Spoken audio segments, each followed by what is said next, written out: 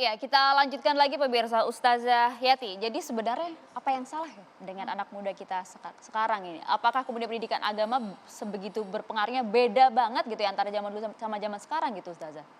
Iya, terima kasih Mbak Maria. Jadi Islam itu agama yang syamil dan kamil, lengkap dan sempurna. Ya, fenomena yang terjadi di masa sekarang ini, anak-anak kita bersyukur. Kita bersyukur alhamdulillah tantangannya tidak sedahsyat ini gitu ya.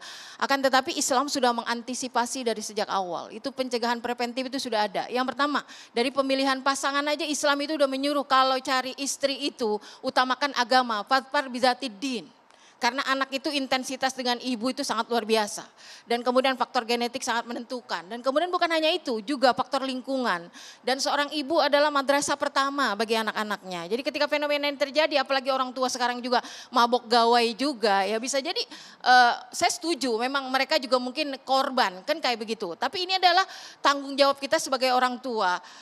Tertohok rasanya sebagai seorang ibu dan juga sebagai guru dari para ibu. Ya, ibu-ibu itu sebenarnya punya sekolah. Kenapa? Karena anak-anak ini juga semakin pandai. Ya, ketika peserta didiknya sudah sampai meloncat ke era teknologi yang begitu tinggi, ibu-ibu juga wajib mampu. Ya, ibu tadi mengatakan bahwa kalau anaknya bermain gadget, ibunya juga jangan-jangan gaptek gitu. Jadi pasrah aja kan kayak gitu. Nah, seorang ibu punya rahim. Rahim itu tanda cinta.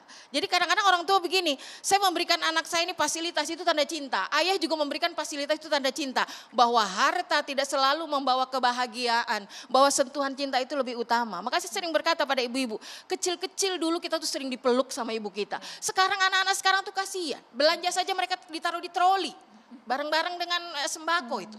Ya, jadi betapa sentuhan ini, jadi betapapun dunia mereka begitu dahsyatnya. Jadi agama mengajarkan bahkan Dr. Abdullah Nasi Ulwan, ya ada 7 tugas kita sebagai orang tua terhadap anak itu. Di antaranya modal awal itu adalah pendidikan akhlak.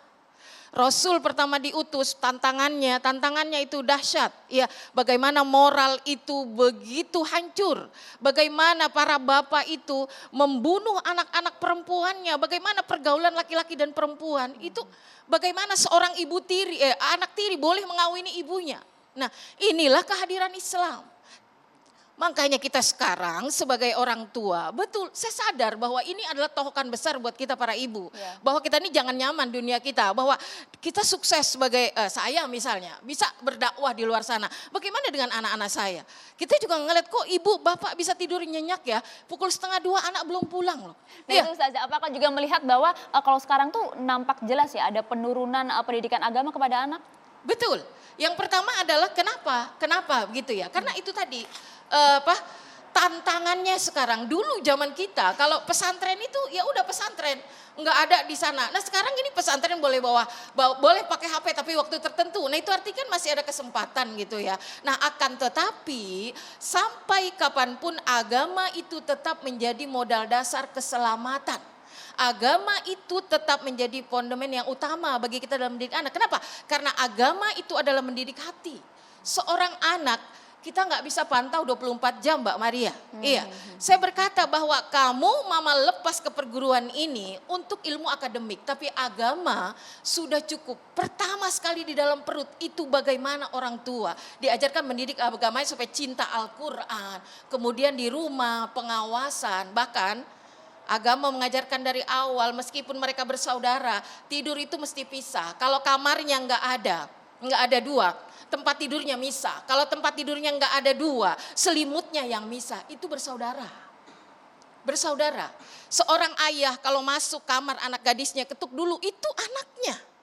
Jadi al-haya minal iman, malu mereka ya. Anak saya tuh pernah emosi ketika ayahnya langsung buka pintu, dia lagi, oh ini karena pendidikan Mbak. Jadi ketika anak kita tidak punya rasa malu, ya kembali lagi bagaimana malu itu bisa ditanamkan oleh orang tua sedini mungkin. Yang kedua pengawasan. Ya, bahwa Allah Subhanahu wa taala, nak dimanapun kamu berada, mata mama ini terbatas. Tapi mata Allah, pengawasan Allah ya yang maha alim, yang maha mengawasi. Itu tentu sangat berarti buat mereka gitu. Jadi sekali lagi mari kita hidupkan hati mereka. Mari kita ajak mereka berdialog loh dengan kita. Ibu juga salah kalau anak lagi curhat ya mama dengerin, ya silakan. Loh nggak nyaman, coba kita ngobrol sama suami sambil megang HP Mbak. Tersinggung kan rasanya, Pak apa aku nggak cantik lagi ya? Anak juga begitu, tapi coba mata kita, ini adalah daya pikat. Sekali-sekali mungkin anak kita sudah enggak suka dirangkul. Tapi kalau anak perempuan masih mau dicium, peluk dan ciumlah dia. Kenapa?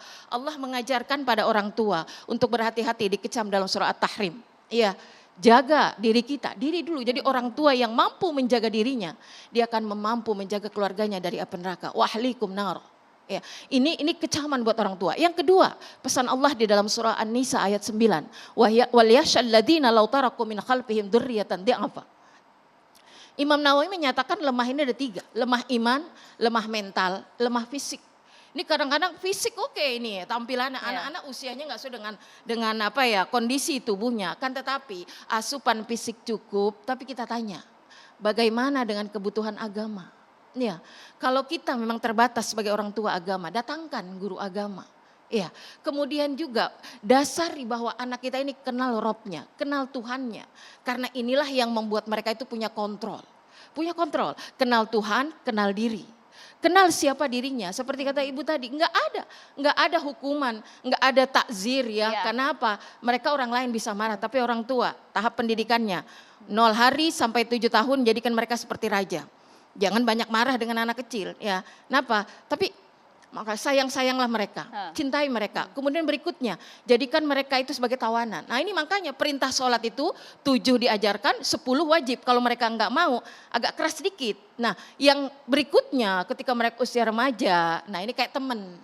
Kan kalau ngomong yang gak enak mereka lari, mereka cari kenyamanan di luar. Ya, zaman dulu kan kita nggak punya teman selain orang tua, selain teman-teman sekitar kita. Dulu tidak ada kenyamanan. Sekarang di rumah juga ada wifi, juga tempat lain juga ada wifi. Paling tidak di masa-masa ini yang tadi disampaikan ya, penanaman rasa malu pada anak ini penting. Nah tapi kalau kita lihat di Ustazah dan juga ibu-ibu sekalian, nampaknya sekarang banyak yang gak malu-malu ya untuk kemudian menunjukkan, mengekspresikan begitu ya kemesraan mereka di muka publik, bahkan juga pasangan sesama jenis. Ini kita lihat ada beberapa tayangan beritanya. Ini Anda bisa saksikan juga sempat viral sebuah kafe di Jakarta Selatan karena diduga dijadikan tempat kumpul komunitas LGBT. Ini sedang diusut oleh pihak kepolisian.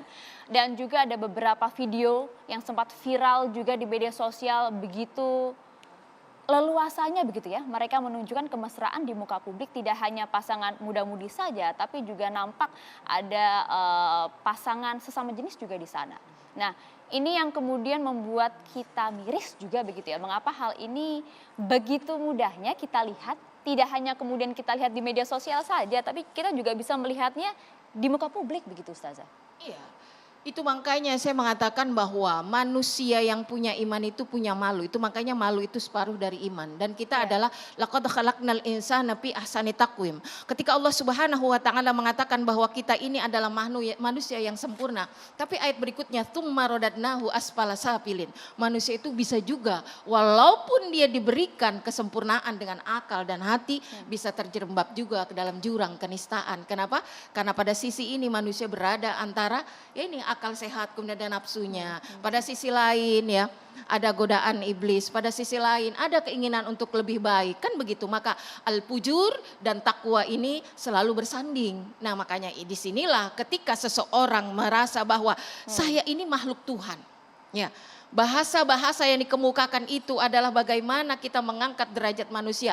Lahum qulubul la yafqahuna biha. Kamu punya hati, hidupkanlah hatimu. Walahum a'yunun, punya telinga, coba telaah mana yang benar. Punya mata, maka pandanglah sesuatu itu berdasarkan analisa yang sebenar-benarnya. Jadi mendidik itu adalah menghidupkan jiwa. Mendidik itu adalah memanusiakan manusia. Memanusiakan manusia ya. Mbak Bebi, kalau melihat tayangan tadi, apa mungkin bisa disampaikan? Ya ini Mbak Maria ya, yang kita bahas ini kan luas sekali ya, banyak sekali aspek dan ada konsekuensi-konsekuensi yang tadi seperti Bu Brigjen sampaikan, misalnya dari segi hukum tidak sepenuhnya bisa dijerat karena siapa yang melarang orang untuk bersenang-senang. Jadi menurut saya ada banyak hal yang bisa kita breakdown begitu ya dari pembicaraan ini. Yang pertama kalau dari sisi saya sebagai psikolog tentu kita melihat bagaimana manusia itu ingin dikenal, ingin dihargai, ingin dipuji, ingin diapresiasi.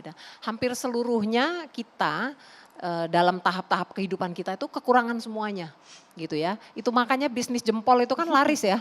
di Instagram, kalau saya boleh sebut nama ya, di Instagram, di Facebook. Bisnis jempol itu laku loh Mbak, kalau Mbak tahu itu dijual itu ya, sekian jempol Iya, iya, harganya iya. berapa gitu.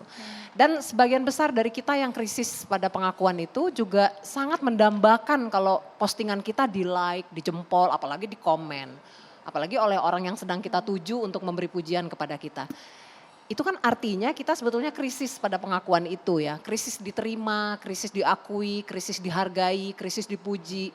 Yang seharusnya itu dari dulu, dari kita kecil, itu di feeding, disuplai di rumah oleh kedua orang tua kita, yang laki dan yang perempuan itu.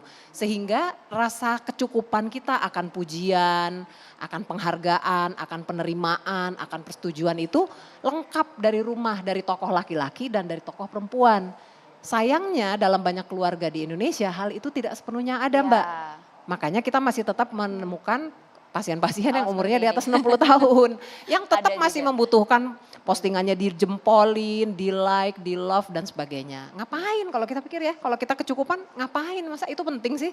Nah sekarang dengan mereka membutuhkan pengakuan di depan umum seperti itu kan menampakkan betapa inginnya mereka dilihat. Lihat loh, ini saya loh, lihat saya, lihat saya. Saya keren, saya ganteng, saya cantik, saya menarik. Lihat nih, saya bisa mendapatkan pasangan. Itu loh, kebutuhan itu sangat besar.